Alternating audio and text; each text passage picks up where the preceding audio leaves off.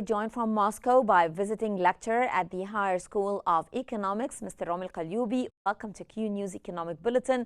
Mr. Rami, what are the primary reasons given by Russian authorities for restricting voice and video calls on WhatsApp and Telegram, and how do these restrictions fit into Moscow's broader internet control strategy? Actually, the official reason is that Telegram and WhatsApp are widely used for fraud calls and thievery. But in fact, during the last few years, we can mention a general trend in Russia towards strengthening the control over internet. For example, after the war in Ukraine started, Russia blocked Western social networks such as Facebook and Instagram, and last year the YouTube site was slowed down. And now it came time for WhatsApp and Telegram. However, we could also say that this is not only Russian practice. For example, many countries, including China and United Arab Emirates, they actually put restraints on calls in these applications. So this is the overall situation for the moment. Mm-hmm. And sir, what are the potential economic impacts on Russian consumers and businesses from the disruption of WhatsApp and Telegram call services, especially considering, of course, their widespread use?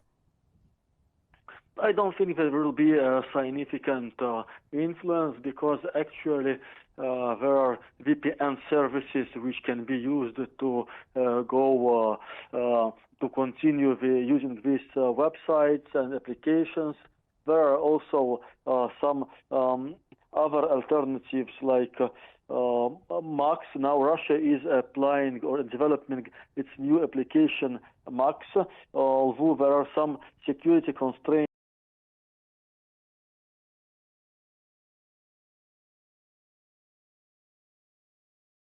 State employees, like for example 10 years ago, Russia imposed mere payment cards to be used to receive salaries for state employees, and it appeared to be very important and comfortable when Visa and MasterCard withdrew from Russia in March 2022. Mm-hmm. So from this point of view, there are some alternatives.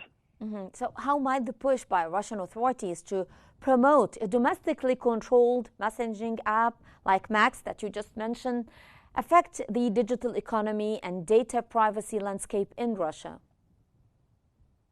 Well, obviously, will be a negative effect, because especially young generation feels that this Max application its objective is to control messages and the phones, while technically it's more difficult to control WhatsApp and Telegram, especially Telegram, as its founder Pavel Durov many times refused to cooperate with security services.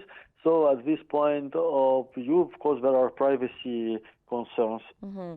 And what are the risks and consequences for foreign tech companies like Meta, that's WhatsApp parent company, and Telegram also, if they fail to comply with Russian regulations? And how could this shape the broader tech and trade relations between Russia and these companies' home countries? As for WhatsApp, I don't think it will collaborate with Russian state, because actually it's owned by Meta company, which is classified in Russia as extremist. But for Telegram, I guess there might be some cooperation, because on one hand, Pavel Durov promotes the idea that his messenger is safe and private, but on the other hand, there are many precedents when Durov cooperated with security services in terms of blocking certain pages during protests in Iran and also in Russia. And when he was arrested in France, he was also quite cooperative. So from this point of view, we can expect more flexibility regarding Telegram. Mm-hmm. Well, from Moscow, that was visiting lecturer at the Higher School of Economics, Mr. Rami Al-Qalyoubi. Thank you so much for being with us in our Economic Bulletin.